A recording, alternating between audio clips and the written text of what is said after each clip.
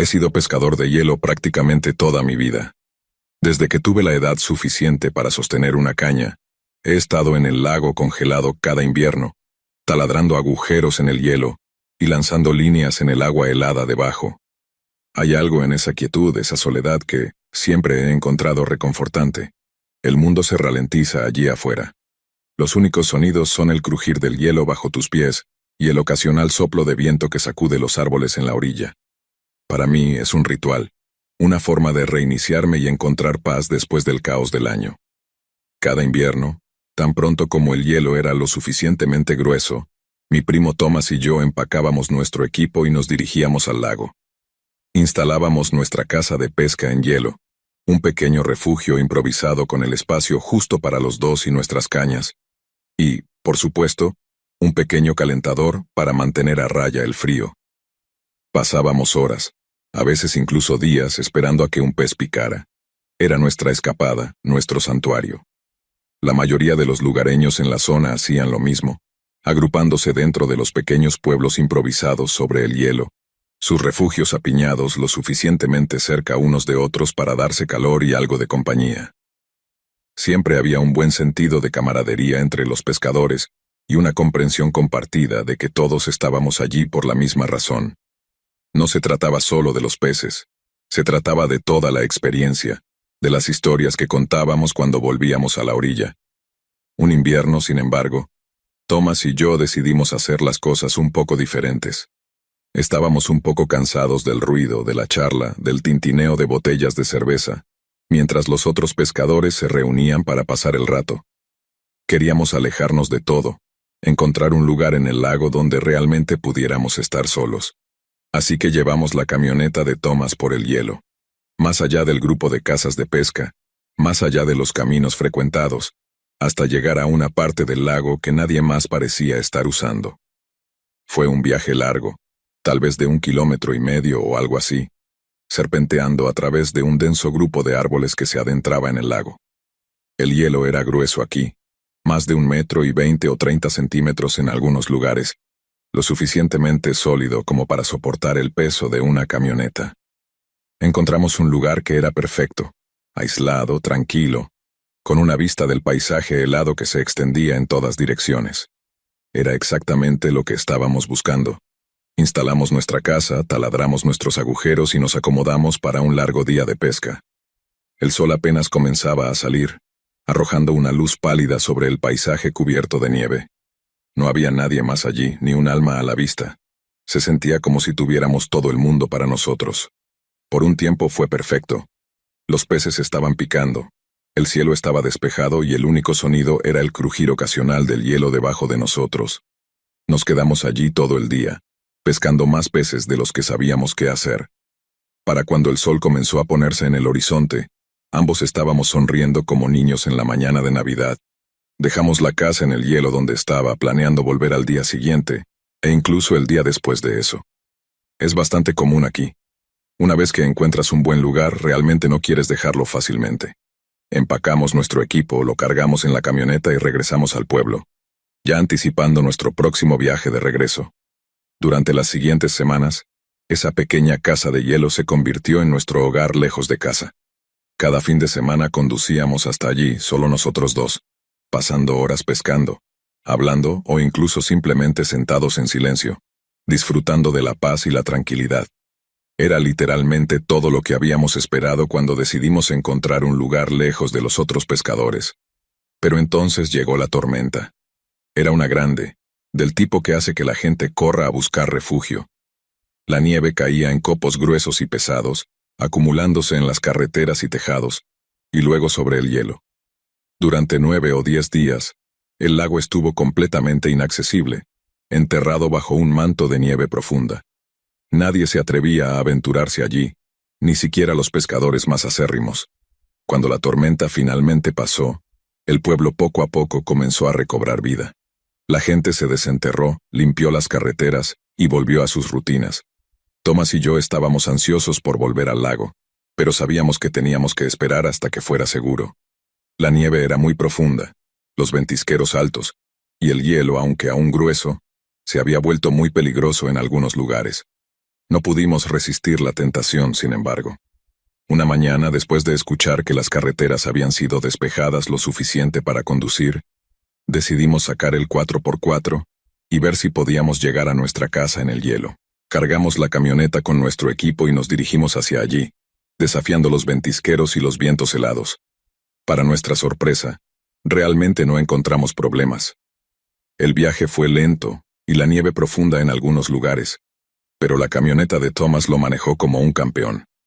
Rodeamos el grupo de árboles y finalmente llegamos a nuestro lugar en el lado lejano del lago.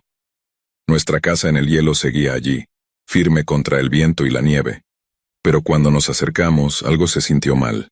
La nieve alrededor de la casa estaba perturbada, pisoteada por huellas de botas y marcada por las huellas de un trineo o algo similar.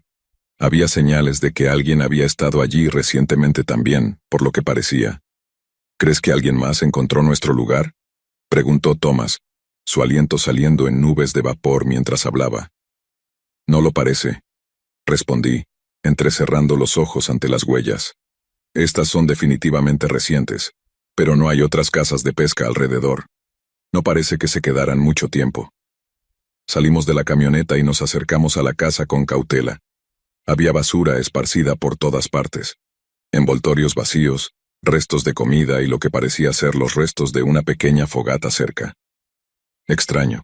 La mayoría de las personas que venían aquí eran bastante respetuosas, cuidadosas de no dejar rastro de su presencia. Quienquiera que hubiera estado aquí definitivamente no parecía importarle eso en absoluto. ¿Crees que tal vez fue el guardabosques?, sugirió Thomas. Tal vez solo estaban asegurándose de que todos se fueran del lago antes de la tormenta. Podría ser, dije, pero la basura no encajaba con esa teoría. Los guardabosques no habrían dejado un desastre como este. No, esto fue otra cosa. Tal vez alguien quedó atrapado en la tormenta y simplemente usó la casa como refugio. Supongo que nunca lo sabremos, dijo Thomas con un encogimiento de hombros. Vamos a instalarnos. Quiero pescar unas horas antes de que se ponga el sol. Pasamos la siguiente hora o algo así poniendo en orden la casa en el hielo, limpiando toda la basura, volviendo a taladrar los agujeros en el hielo y preparando nuestras cañas. Para cuando terminamos, el sol estaba alto en el cielo, proyectando largas sombras sobre el lago cubierto de nieve. Pero mientras nos acomodábamos para lo que esperábamos sería un día productivo de pesca, las cosas empezaron a ponerse raras. Todo comenzó con el agua. Mientras revisaba una de las líneas, noté algo flotando justo debajo del hielo. Al principio pensé que solo era basura, tal vez algunas hojas o trozos de plantas atrapadas debajo del hielo, pero al mirar más de cerca, me di cuenta de que era algo completamente diferente. «¡Thomas!», grité, agitándole la mano para que viniera. «Ven a ver esto». Thomas se acercó y miró en el agujero. «¿Qué es eso?». «No estoy seguro», dije, frunciendo el ceño. «Parece envoltorios. ¿Y eso es carne?». Thomas se inclinó más cerca, entrecerrando los ojos ante las formas borrosas bajo el hielo. «De acuerdo. ¿Quién demonios tiraría basura en un agujero de pesca?». Ambos nos quedamos mirando esa extraña basura flotando bajo el hielo, intentando darle sentido. Había trozos de papel, envoltorios de plástico y lo que parecía ser trozos de carne cruda, sangrienta, flotando justo bajo la superficie. Tal vez quien haya estado aquí antes también usó los agujeros como un basurero, sugirió Thomas, pero su voz sonaba insegura. No tenía una respuesta para él, pero todo el asunto comenzaba a ponerme nervioso. A medida que avanzaba el día encontramos más cosas extrañas en el agua, trozos de ropa, más envoltorios e incluso lo que parecía ser un fragmento de hueso. Era bastante obvio que alguien había estado usando nuestro lugar de pesca como un basurero o algo así, pero no estaba seguro de qué, y la idea me ponía los pelos de punta. «Oye, tal vez deberíamos dejarlo por hoy, ¿qué te parece?», dijo Thomas finalmente, echando un vistazo al cielo que comenzaba a oscurecer. «Parece que se avecina otra tormenta». Miré hacia arriba y vi las nubes pesadas reuniéndose en el horizonte. Lo último que quería era quedarme atrapado allí en otra ventisca. «Sí, probablemente tengas razón, vamos a empacar». Nos apresuramos a recoger nuestro equipo, con una sensación de inquietud que crecía más y más con cada minuto que pasaba. Mientras cargaba lo último de nuestras cosas en la camioneta, vislumbré algo por el rabillo del ojo. Me giré y miré hacia la casa en el hielo. Allí, de pie contra los ventisqueros, Había un hombre. Era alto y delgado, su ropa oscura y andrajosa. Estaba inmóvil observándonos con una intensidad que hizo que la sangre se me helara. Su rostro estaba oscurecido por las sombras, pero podía sentir sus ojos directamente sobre mí, perforándome como un depredador que mide a su presa. «Thomas», susurré sin apartar la vista del hombre. «¿Ves esto?». Thomas se dio la vuelta y siguió mi mirada. Su rostro se puso pálido de inmediato. «Vámonos de aquí». Saltamos a la camioneta y aceleramos, las llantas resbalando y deslizándose en el hielo mientras nos dirigíamos de vuelta al pueblo. Miré por el espejo retrovisor y vi al hombre aún allí, su figura haciéndose más pequeña y más pequeña a medida que nos alejábamos de él. Ninguno de los dos habló durante el resto del viaje de vuelta. La tensión dentro de la cabina era espesa, el aire pesado con miedo no expresado. No nos detuvimos hasta que estuvimos de vuelta en el pueblo, las luces familiares de los edificios siendo un bienvenido alivio después de ese inquietante aislamiento del lago. «Necesitamos volver con el sheriff», dije finalmente, rompiendo el silencio. «Hay algo que no está bien allá afuera, hombre». Thomas asintió, pero ninguno de los dos hizo un movimiento para llamar a la policía. Simplemente nos quedamos sentados, mirando por el parabrisas, el recuerdo de ese hombre en el hielo ardiendo en nuestras mentes. La tormenta nunca llegó. A la mañana siguiente el cielo estaba despejado y el aire era fresco y frío, pero la inquietud del día anterior persistía, royendo los bordes de mis pensamientos. Llamé a Thomas y le dije que iba a volver al lago, pero esta vez no íbamos a ir solos. Reunimos a nuestro amigo Santiago, un tipo grande y corpulento que realmente no le temía a nada. Todos nos aseguramos de estar armados antes de salir. El viaje al lago fue tenso. Ninguno de nosotros habló mucho, claramente pensando en lo que podríamos encontrar cuando llegáramos. Al acercarnos al grupo de árboles que conducía a nuestro lugar de pesca, reduje la velocidad de la camioneta y apagué los faros. Avanzamos lentamente, el motor apenas haciendo más que un susurro en el aire quieto de la mañana. A medida que nos acercábamos a la casa en el hielo, lo vi. Un resplandor tenue proveniente del interior, como la luz de una fogata que se apaga o una linterna con baterías débiles. Mi corazón latía con fuerza en mi pecho mientras detenía la camioneta a una buena distancia. Apagué el motor y nos quedamos allí en silencio, observando el resplandor parpadear en la oscuridad. «¿Qué hacemos?», preguntó Santiago, su voz baja y firme. «Echémosle un vistazo», dije, tratando de sonar mucho más valiente de lo que me sentía. «Mantengámonos en silencio y juntos». Salimos de la camioneta, nuestras botas crujiendo en la nieve. El aire estaba tan frío que quemaba mis pulmones con cada respiración. Nos movimos en silencio hacia la casa en el hielo, nuestros pasos amortiguados por la gruesa capa de nieve.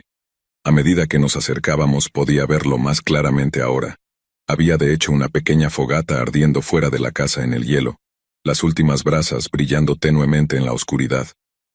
La puerta del refugio estaba ligeramente entreabierta, y dentro podía ver el débil haz de una linterna moviéndose.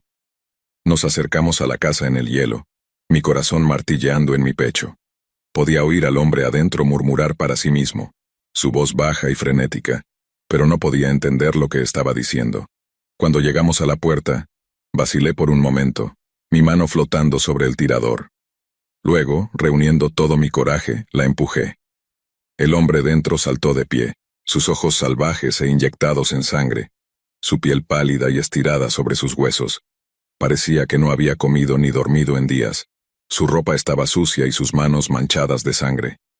«¡Fuera de aquí!», gritó, su voz quebrándose por la desesperación. «Este es mi lugar, no pueden tenerlo. No estamos aquí para quitarte nada», dije tratando de mantener mi voz calmada. «Solo queremos hablar. Váyanse», gritó de nuevo, sus ojos recorriendo frenéticamente la habitación. «No entienden. No saben lo que hay ahí afuera». «Escucha», dije dando un paso adelante. «Necesitas irte. Esta es propiedad privada, y si no te vas tendremos que llamar a la policía». Los ojos del hombre se fijaron en los míos y por un momento vi algo en ellos que hizo que mi sangre se helara. No era miedo, ni ira, ni desesperación. Era algo más oscuro. Comenzó a murmurar de nuevo, palabras extrañas que no pude discernir, y luego, antes de que pudiera siquiera reaccionar, se lanzó hacia mí. Caí hacia atrás, mi cabeza golpeando contra el suelo helado mientras me derribaba al suelo. El dolor explotó en mi cráneo y por un momento todo se volvió blanco. Escuché a los demás gritar, el sonido de una pelea, y luego un fuerte crujido cuando algo se estrelló contra el costado de mi cabeza. Parpadeé, tratando de despejar la neblina de mi visión. Vi al hombre de pie sobre mí, una botella rota en su mano. La sangre goteaba de mi sien, cálida y pegajosa contra el aire frío. Levantó la botella de nuevo, pero antes de que pudiera bajarla, hubo un estruendo ensordecedor. Santiago había disparado su arma, el disparo resonando en la casa en el hielo como el estallido de un cañón. El hombre se estremeció, la botella cayendo de su mano. En la confusión, se giró y salió corriendo por la puerta, desapareciendo en la oscuridad. Por un momento nadie se movió. La casa en el hielo quedó inquietantemente silenciosa. Los únicos sonidos eran nuestras respiraciones pesadas mientras procesábamos lo que acababa de suceder. ¿Estás bien?, preguntó Thomas arrodillándose a mi lado. Sí, murmuré tocando el costado de mi cabeza. Mis dedos estaban cubiertos de sangre, pero no parecía ser grave. ¿Dónde se fue? Hacia los árboles, dijo Santiago, su voz temblorosa. Simplemente corrió. Todos nos quedamos allí mirando la puerta, esperando a que el hombre volviera corriendo, pero la noche permaneció en silencio. El único sonido era el aullido distante del viento. Después de unos momentos nos recuperamos y decidimos investigar la casa en el hielo. Lo que encontramos dentro era peor de lo que cualquiera podría haber imaginado. El suelo estaba cubierto de sangre, manchada por todo el hielo en estos extraños patrones que casi parecían runas o algún tipo de símbolo. En la esquina, había pilas de roedores muertos y animales pequeños, sus cuerpos cortados en pedazos y dispuestos en una grotesca exhibición. El hedor de la muerte colgaba pesado en el aire, mezclado con el olor a madera quemada y algo más, algo agrio y podrido. «¿Qué demonios?», susurró Thomas. Me acerqué a los agujeros de pesca, mi estómago revolviéndose mientras miraba hacia el agua oscura. Había trozos de carne flotando justo debajo de la superficie, y debajo de ellos podía ver sombras de peces, sus cuerpos pálidos retorciéndose, mientras se alimentaban de esos grotescos restos. «Bien, necesitamos llamar a la policía», dijo Santiago, su voz firme. «Ahora». «Sí», asentí apartando la mirada del agua. «¿Y si ese tipo regresa?» «Nos separamos», sugirió Thomas. «Tú tomas la camioneta y conduces hasta la colina. Haces señales con las luces hacia el pueblo. Santiago y yo seguiremos sus huellas y veremos si podemos descubrir a dónde fue». No era un plan perfecto, pero era lo mejor que teníamos en ese momento. Subí a la camioneta y conduje hasta la colina cercana, y posicioné el vehículo de manera que los faros apuntaran hacia las luces lejanas del pueblo. Comencé a hacer señales intermitentes con los faros en un patrón de SOS, esperando que alguien, cualquiera, las viera. Mientras tanto, Thomas y Santiago desaparecieron entre los árboles, sus linternas cortando la oscuridad mientras seguían las huellas del hombre. Me quedé allí, con el motor de la camioneta encendido, el corazón martilleando en mi pecho mientras seguía haciendo señales con las luces, encendiéndolas y apagándolas. Los minutos pasaban lentamente, pero se sentían como horas.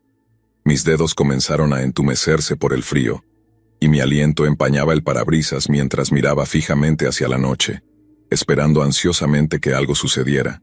Finalmente los vi. Dos figuras emergiendo de entre los árboles, los hombros caídos y el paso fatigado. Thomas y Santiago habían regresado, pero no traían nada consigo. «Nada», dijo Santiago al subir a la camioneta con la voz vacía. Las huellas simplemente se detuvieron, como si hubiera desaparecido en el aire. «Tal vez trepó a un árbol», sugerí débilmente, aunque en el fondo sabía que no creía lo que estaba diciendo. «¿O le crecieron alas?», murmuró Thomas frotándose las manos para calentarse. Nos quedamos sentados en silencio, con el peso de la noche presionando sobre nosotros como una pesada manta de plomo. La casa en el hielo, el hombre, los símbolos en la nieve.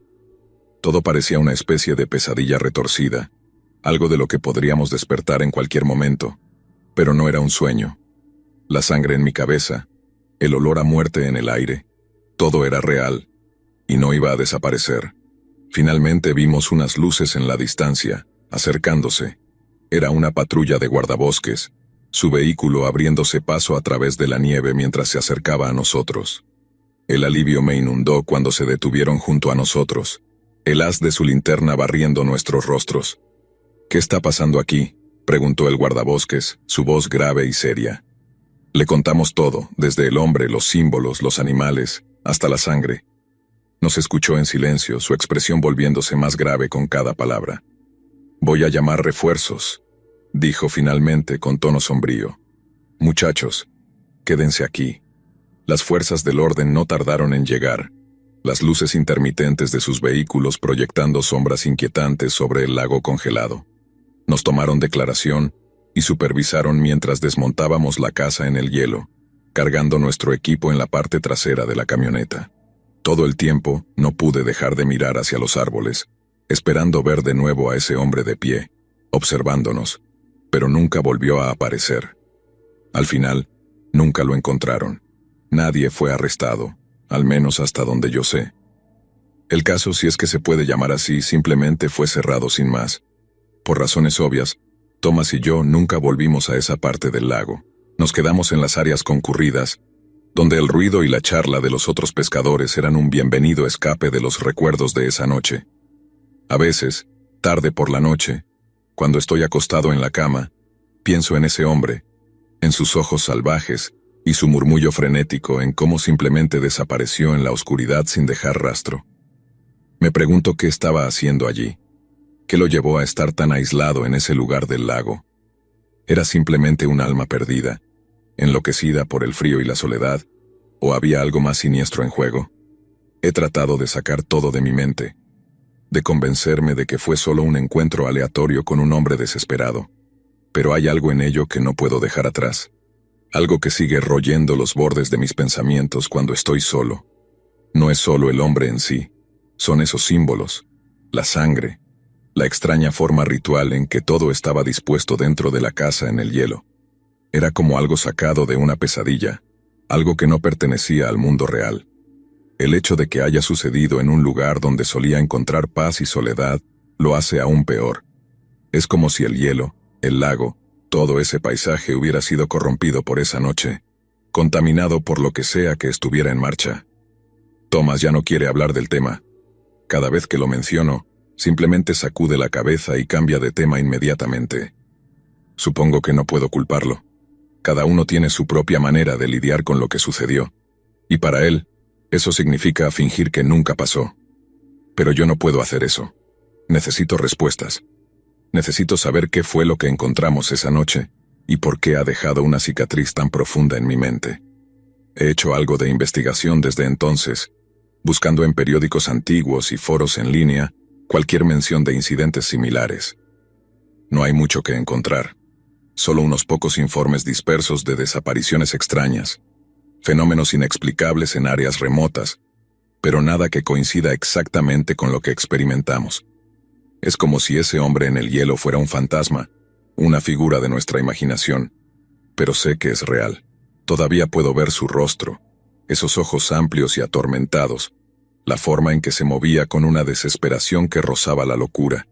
Todavía puedo sentir el frío, ese frío que cala en los huesos y que parece llevar consigo algo mucho más siniestro, algo oscuro, algo malvado. Hay noches en las que me quedo despierto, mirando al techo, pensando en volver a ese lugar. Pienso en seguir nuestros pasos y encontrar ese lugar exacto en el lago. Ver si queda algo, alguna pista, más señales de lo que sucedió esa noche. Pero cada vez que empiezo a hacer planes, algo me detiene. Es casi como una voz en el fondo de mi mente que me dice que algunas cosas es mejor dejarlas en paz. Hay fuerzas en este mundo que no estamos destinados a comprender. Tal vez sea verdad. Tal vez sea mejor que lo deje ir, que trate de seguir adelante con mi vida y olvidar esa noche. Pero no puedo. Sigo pensando en él. Pienso en esos símbolos, en las cosas extrañas que encontramos debajo del hielo. Tiene que haber más en la historia. Tiene que haber algo que nos perdimos, algo que podría explicarlo todo. O tal vez todo está en mi cabeza y realmente no hay nada que explicar. Tal vez fue solo un encuentro aleatorio con un loco, un suceso extraño sin un significado más profundo. Pero en el fondo sé que no es así. Había algo más allá aquella noche, algo que encontramos por accidente, y sea lo que sea o quien sea, sigue allá afuera, acechando en las sombras, esperando que otra alma desprevenida se aleje demasiado del camino trazado. De vez en cuando, sueño con ese hombre, con la forma en que me miró antes de desaparecer en los árboles. En mis sueños lo sigo, lo persigo a través de la nieve, más y más profundo en el bosque. Los árboles se cierran a mi alrededor, el aire se vuelve cada vez más frío hasta que apenas puedo respirar. Puedo oír sus pasos delante de mí, el crujido de la nieve bajo sus botas, pero nunca logro alcanzarlo. Siempre está justo fuera de mi alcance. Simplemente continúa llevándome más y más profundo en la oscuridad. Y es entonces cuando me despierto, empapado en sudor, con el corazón todavía latiendo con fuerza en mi pecho. La habitación estará cálida, las mantas bien ajustadas a mi alrededor, pero todavía puedo sentir ese frío que cala hasta los huesos y se aferra a mí como una segunda piel. No sé qué significa todo esto, y tal vez nunca lo sepa, pero hay algo seguro: nunca volveré a ver la pesca en hielo de la misma manera.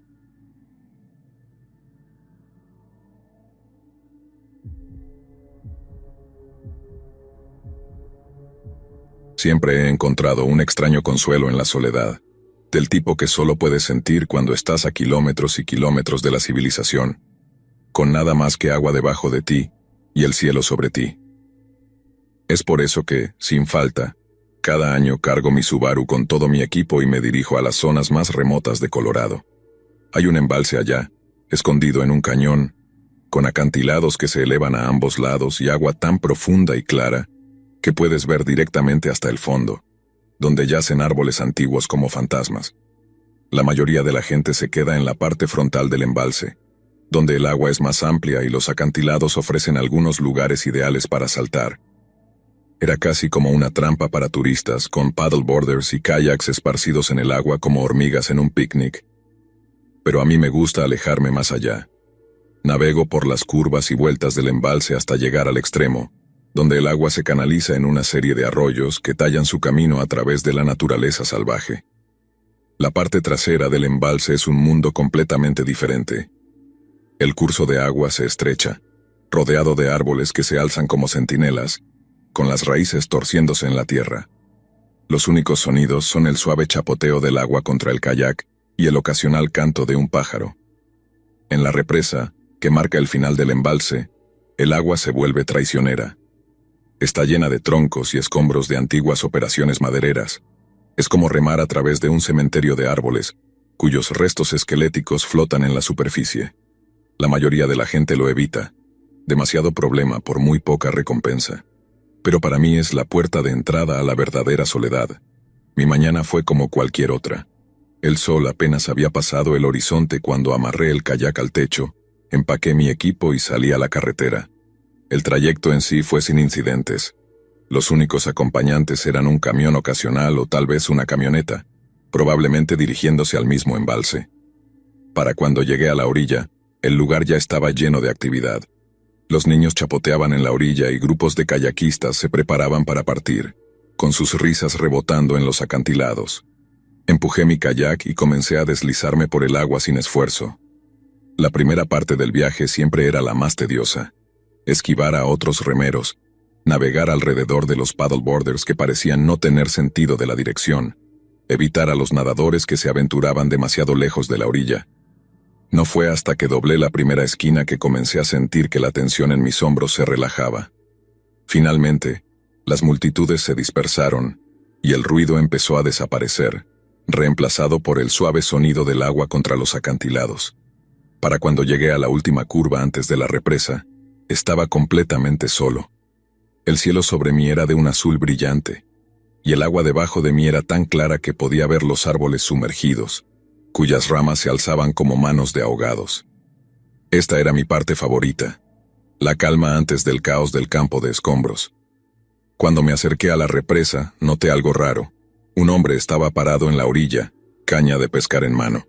No había senderos que condujeran a esa parte del embalse, lo que significaba que había estado acampando allí durante un tiempo, o había hecho la larga caminata desde el estacionamiento a pie. De cualquier manera, era muy inusual ver a alguien más por allí. Le hice un gesto con la cabeza al pasar, y él me devolvió el gesto. Sin embargo, algo oscuro se escondía en sus ojos que me hizo detenerme. «Cuidado más adelante», me dijo mientras pasaba. Su voz era áspera, como si no hubiera hablado con nadie en días. «¿Por qué?», pregunté, reduciendo el ritmo. Dudó, mirando por encima de su hombro, como si esperara que alguien apareciera de entre los árboles. «He estado escuchando disparos al otro lado de la represa», dijo. «Han estado disparando durante un par de días». «¿Disparos?», repetí, más confundido que preocupado. «Sí, no sé quién está por allí ni a qué le están disparando, pero lleva bastante rato». Le agradecí por la advertencia, pero realmente no me preocupé mucho. Hay muchos cazadores por estas partes, y no era raro escuchar disparos a la distancia. Aún así, mientras remaba alejándome de él, no pude sacudirme la sensación de que había más en la historia, más de lo que estaba contando.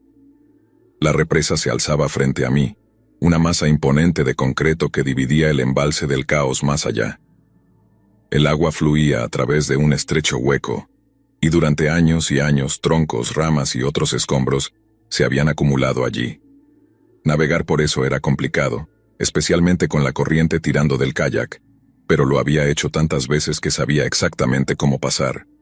El truco estaba en mantener el impulso, no quedarse atrapado en ninguno de los troncos y simplemente mantenerse enfocado. El campo de escombros era tan traicionero como lo recordaba desde la última vez. Los troncos flotaban en la superficie, algunos apenas visibles bajo el agua, y más de una vez tuve que retroceder un poco para evitar quedarme atrapado. En un momento, el kayak raspó contra una rama sumergida. Hice una mueca al sentir el fondo del bote rechinar contra la madera, pero logré pasar. Pronto estaba al otro lado. El agua aquí era diferente, más oscura, más fría. Tenía una quietud inquietante que hizo que los vellos de mi nuca se erizaran. El arroyo que seguí serpenteaba a través del denso bosque, los árboles cerrándose sobre mí como un túnel. Era hermoso, de una manera salvaje y sin domesticar, el tipo de belleza que te hace sentir que eres la primera persona en pisar ese lugar. Pero también era inquietante. El silencio era demasiado completo y las sombras demasiado profundas. Mientras remaba, comencé a notar algo más extraño. El arroyo, que normalmente era claro y limpio, estaba lleno de escombros.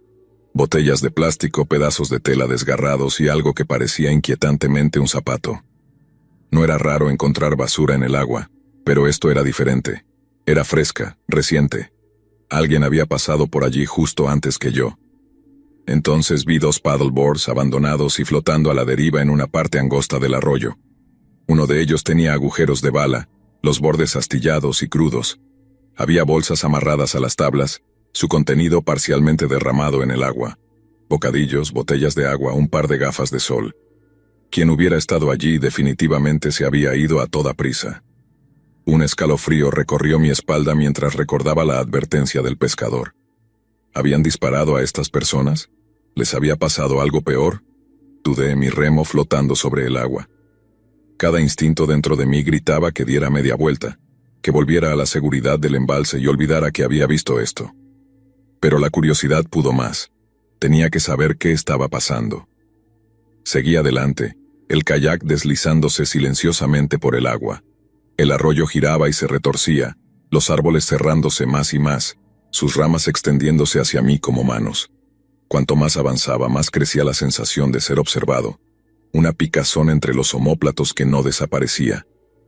Y entonces oí voces, bajas e indistintas, que venían de algún lugar más adelante.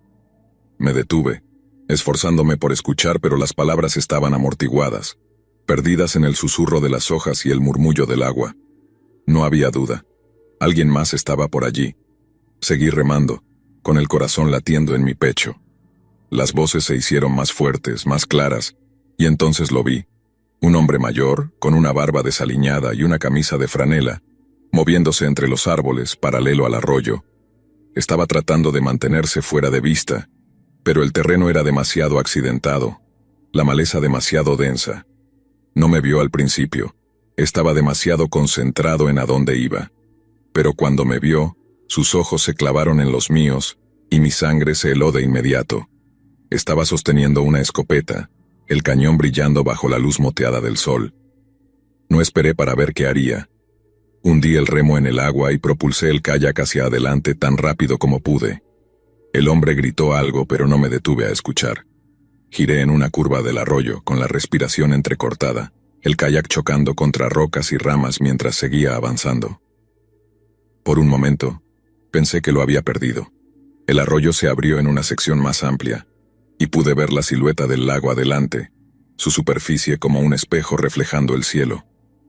Pero entonces los vi, 2 hombres más, de pie sobre un tronco caído que cruzaba el arroyo, bloqueando mi camino. Uno tenía un revólver y el otro un rifle, ambos apuntando directamente hacia mí. «¡Detente ahí!», ladró el hombre con el revólver, su voz resonando entre los árboles.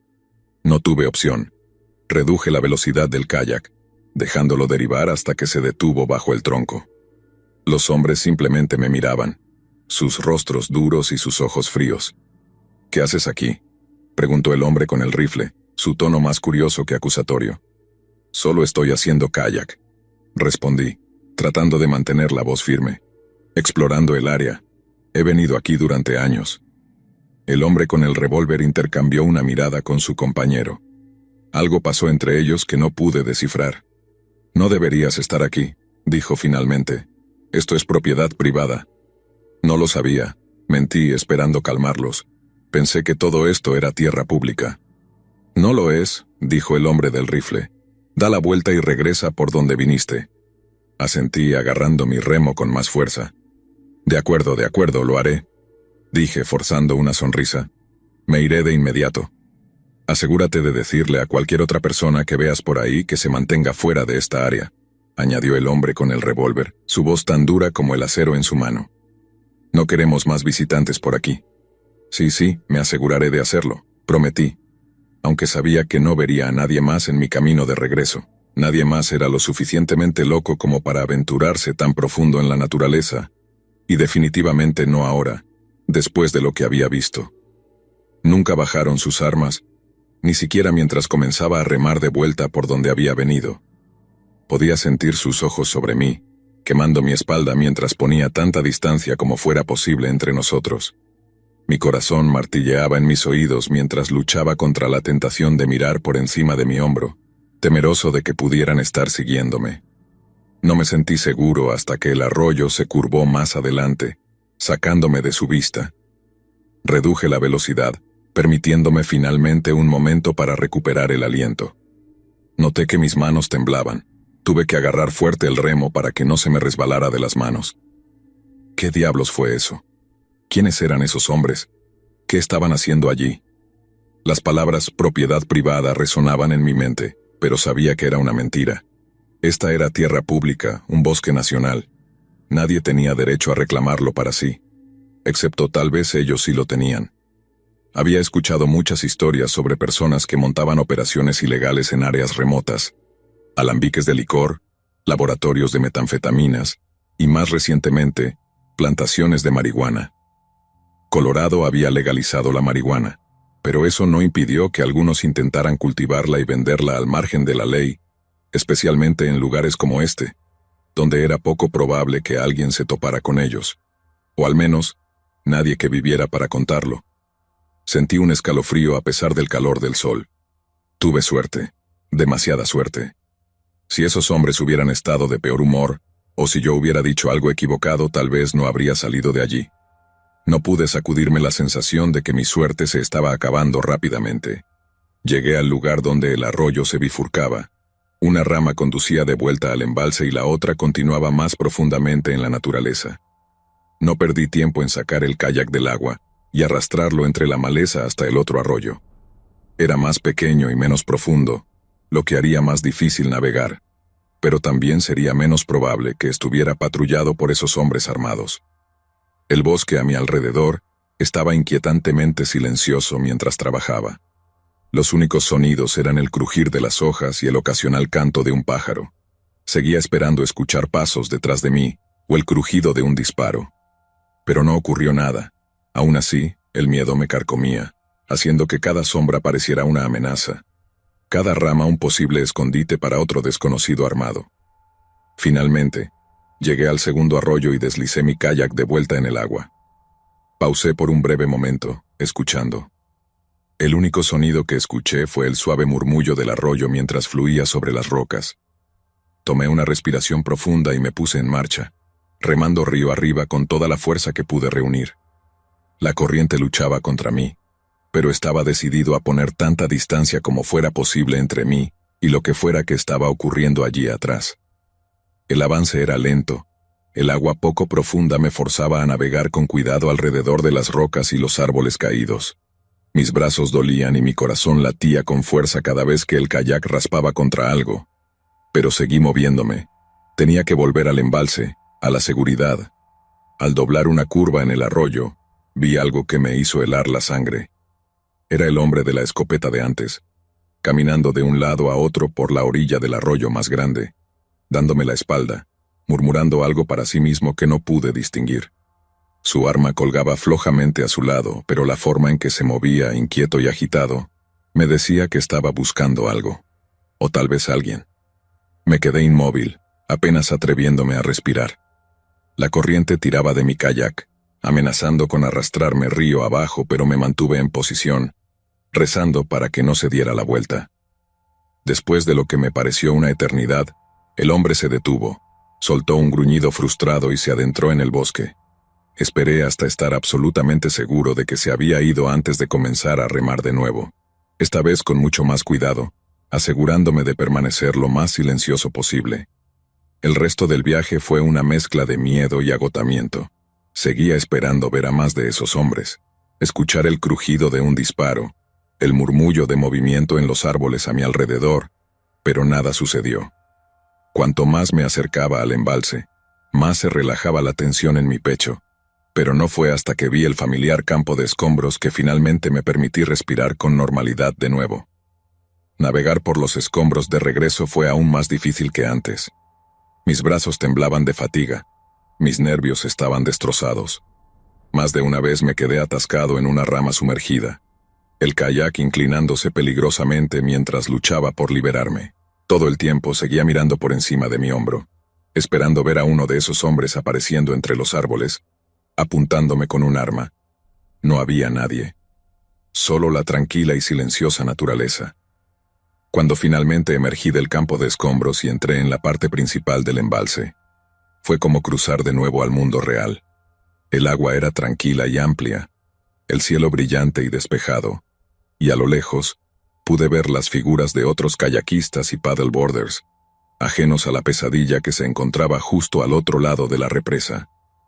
Remé tan rápido como pude, desesperado por dejar atrás toda esta experiencia. Mis músculos gritaban en protesta, pero no me importaba. Solo necesitaba llegar a la orilla, a la seguridad de mi auto, y alejarme de lo que sea que me había topado.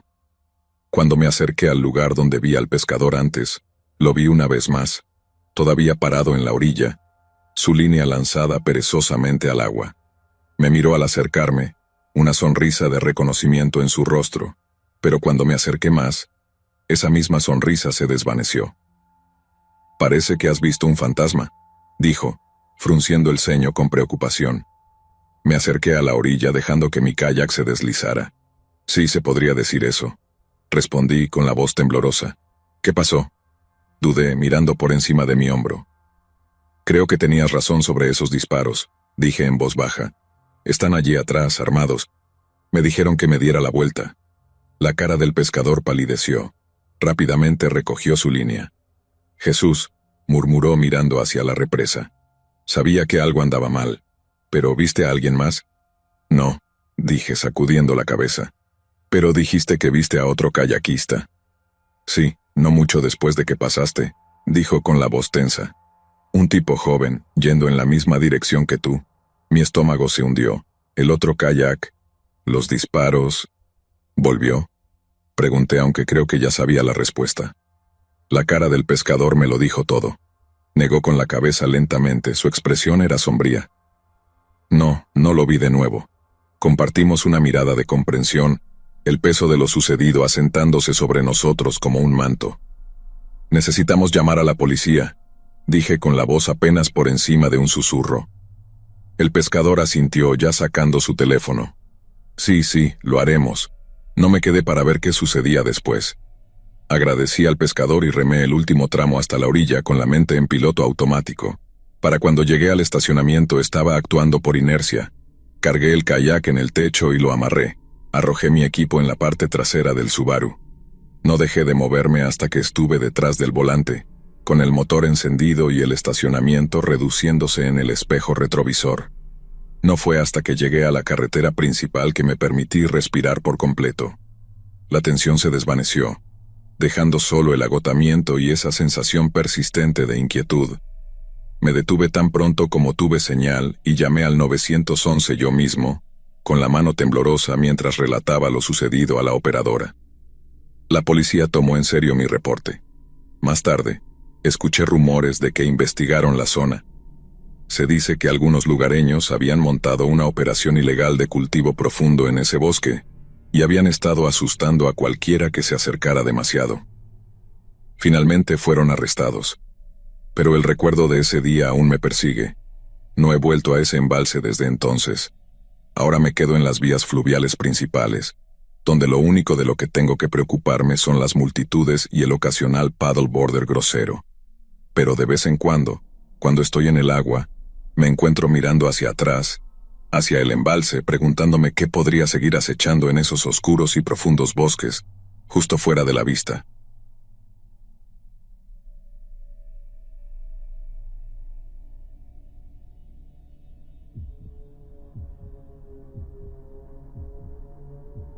Era el año 1989, en el extremo este de Long Island.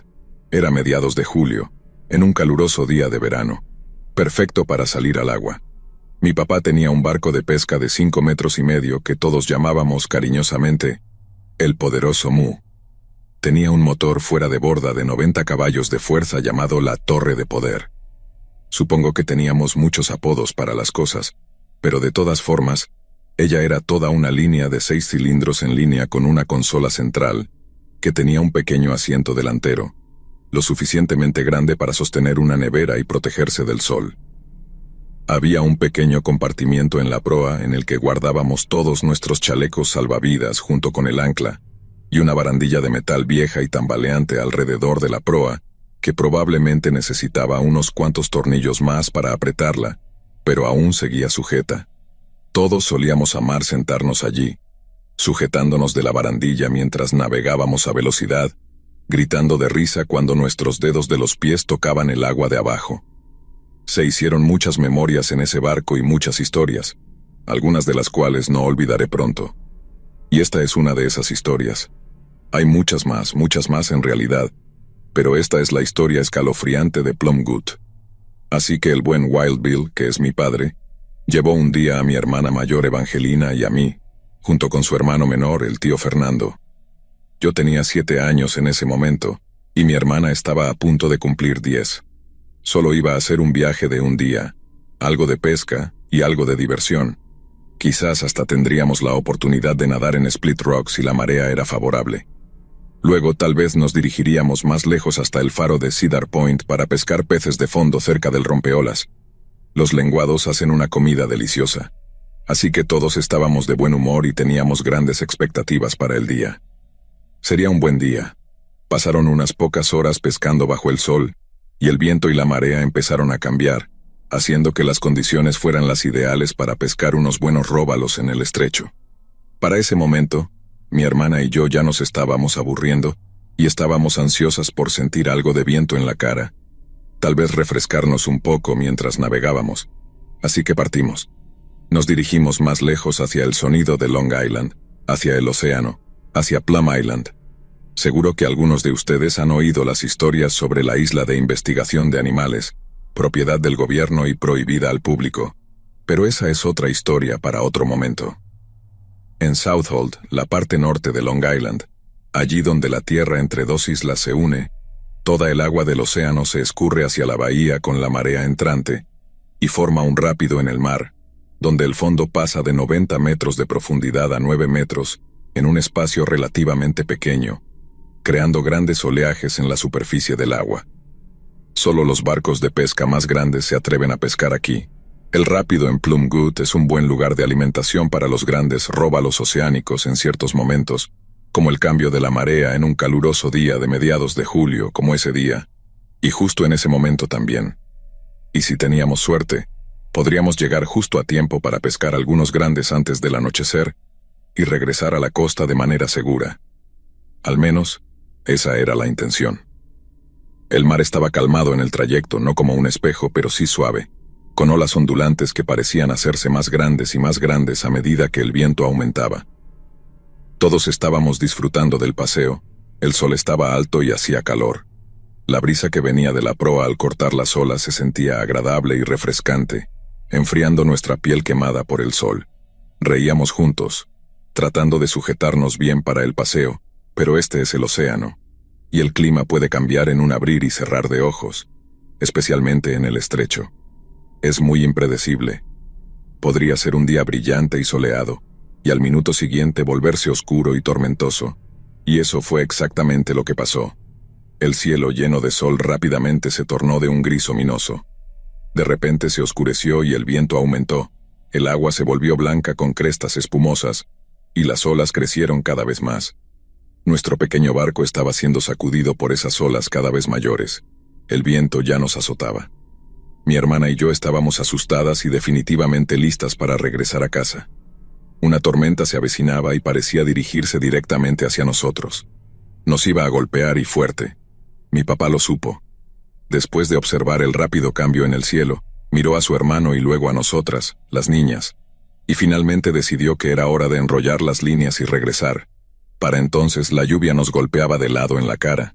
El viento había aumentado, y el cielo se volvió negro hasta que un rayo lo iluminó como una celebración de Año Nuevo, haciendo que el cielo se viera furioso. Vimos algunos rayos hacer contacto con el agua, que para ese momento se parecía mucho al agua en una lavadora. Todos estábamos aterrados. No conocíamos realmente el significado de la palabra miedo hasta ese momento.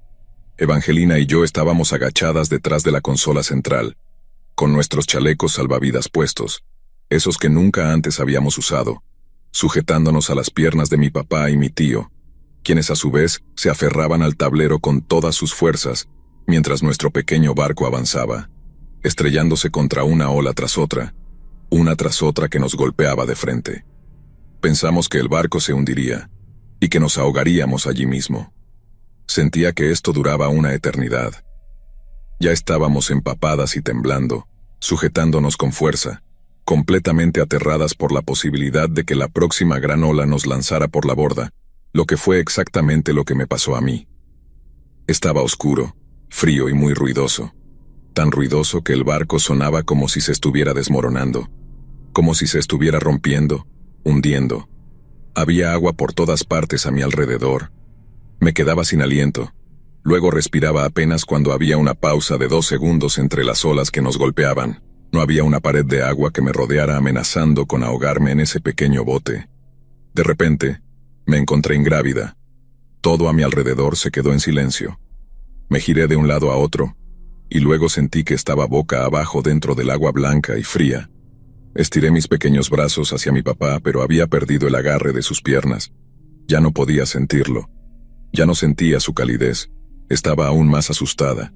Entonces, en la fría y silenciosa oscuridad, sentí mi mano rozar contra metal en medio del agua helada.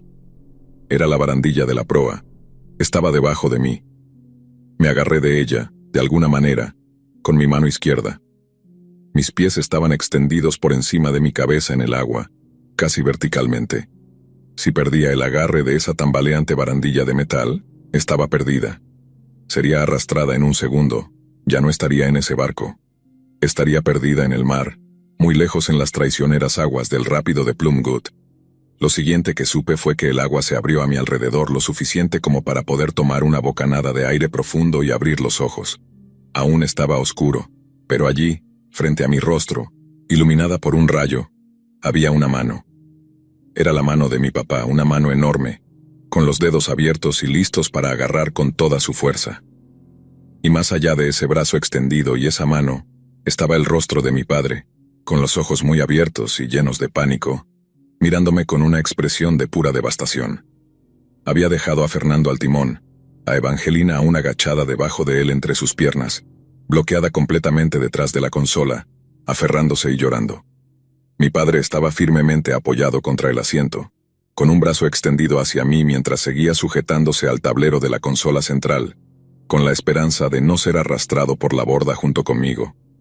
Justo cuando mis pequeños dedos, mojados y cansados, estaban a punto de perder el agarre de esa vieja barandilla, esa tambaleante y vieja pero fabulosa barandilla salvavidas. Dios la bendiga. Él finalmente logró agarrarme de alguna parte.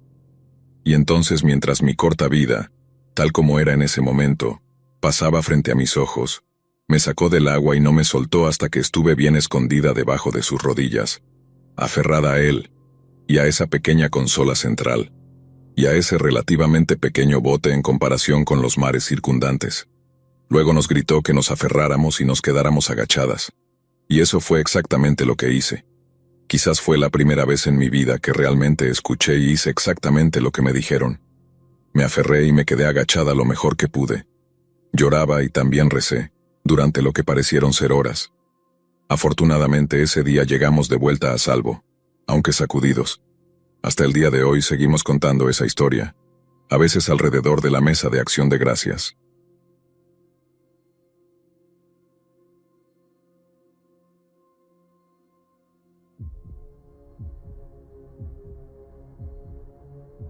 Este es un secreto muy grande que descubrí hace poco.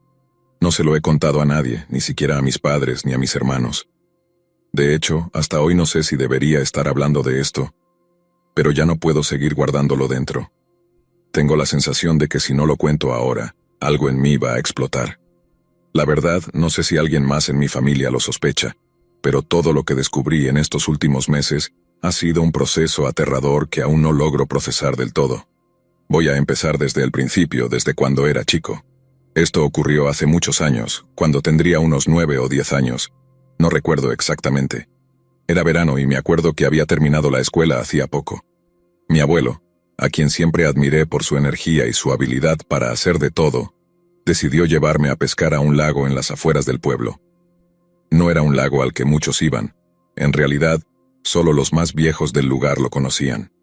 Decían que era buenísimo para sacar dorados, pero lo cierto es que era un lugar apartado, muy tranquilo, y creo que a mi abuelo le gustaba la soledad del lugar. Ese día salimos temprano. Me acuerdo que él estaba de un humor raro, no tan hablador como de costumbre. A mí me daba igual. Yo estaba emocionado por el viaje. Siempre me gustaba pasar tiempo con él. Íbamos en su camioneta vieja, una Ford que hacía más ruido del que andaba. El camino hacia el lago era de tierra y cuando llegamos el sol apenas empezaba a subir en el cielo. Estaba ansioso por tirar la caña y empezar a pescar, pero mi abuelo tenía otras cosas en mente. Él bajó del auto y fue directo a la caja de la camioneta. Sacó una bolsa de basura negra, una de esas grandes de consorcio, y otro bulto que parecía envuelto en una lona. Me acuerdo que no le di mucha importancia al principio. Pensé que sería basura que él no quería en su casa o algo así. Pero cuando intenté ayudarlo a llevar las cosas, me miró de una forma que no me esperaba. «No toques esto», me dijo con firmeza. Me sorprendió el tono. Era raro en él que me hablara así. «Son cosas viejas que quiero tirar, nada más», agregó. A pesar de que estaba algo confundido, no insistí. Me quedé al costado mirándolo. Mi abuelo arrastró ese bulto hasta el borde del lago, justo donde el agua se encontraba con las piedras. Parecía pesado, muy pesado, y aunque mi curiosidad infantil me picaba la lengua, no me animé a preguntarle más. Una parte de mí ya sentía que algo no estaba bien. Recuerdo cómo el agua del lago estaba quieta ese día, casi como si supiera lo que estaba por pasar. Sin decir nada más, mi abuelo dejó el bulto en la orilla, lo empujó con fuerza hasta que comenzó a hundirse. El lago lo tragó lentamente, y entonces me giró para mirarme, como si quisiera asegurarse de que no diría nada sobre lo que acababa de ver. «No le digas a nadie de esto, ¿entendés?», me dijo mirándome directo a los ojos. Yo asentí, pero no entendía por qué tanto misterio por tirar cosas viejas. Después de eso, todo siguió como un día de pesca normal. Pesqué un par de peces pequeños y mi abuelo parecía relajarse de nuevo, aunque algo en su mirada había cambiado.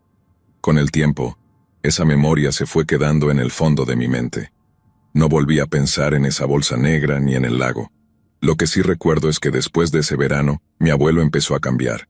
Se volvió más callado, más ausente. A veces me miraba de una forma extraña, como si esperara que dijera algo, pero nunca lo hice. De alguna manera, instintivamente sabía que no debía hablar de eso con nadie. Pasaron los años, y yo me fui alejando de esos recuerdos. Mi abuelo falleció cuando yo ya era un adolescente, y para entonces todo aquello había quedado sepultado bajo la rutina y la vida diaria. No volví al lago, ni mucho menos pensé en esa extraña tarde de verano. Sin embargo, hace poco tiempo, algo ocurrió que trajo todo de vuelta con una fuerza que no esperaba. Un día, por casualidad, volví a ese lago con un amigo. No teníamos planes de pescar, pero él me dijo que quería explorar lugares viejos de la zona, y el lago fue lo primero que me vino a la mente. Hacía años que no iba, pero me pareció una buena idea.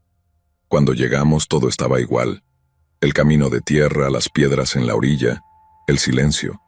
Era como si el tiempo no hubiera pasado por ahí, pero mientras caminábamos por la orilla, algo llamó mi atención.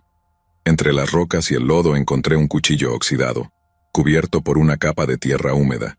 Era viejo, muy viejo, pero lo reconocí de inmediato. Era de mi abuelo. Lo levanté y lo miré de cerca, sintiendo que algo no estaba bien.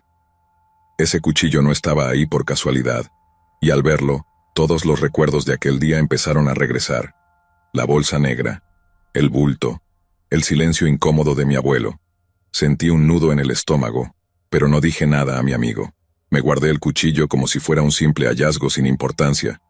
Pero dentro de mí algo empezó a moverse. Una sensación de que lo que había sucedido ese día no era algo menor. Unos meses después de ese hallazgo, ocurrió algo que me heló la sangre. Unos tipos, no sé bien de dónde, fueron a pescar a ese lago, pero en vez de quedarse en la orilla, decidieron bucear un poco. No sé qué los llevó a hacerlo, pero lo hicieron. Y encontraron algo. Un saco, medio hundido en el fondo del lago. Dentro del saco había un cuerpo. Obviamente estaba descompuesto, irreconocible, pero los restos pertenecían a una mujer. La noticia corrió rápido por el pueblo. Todos hablaban de eso.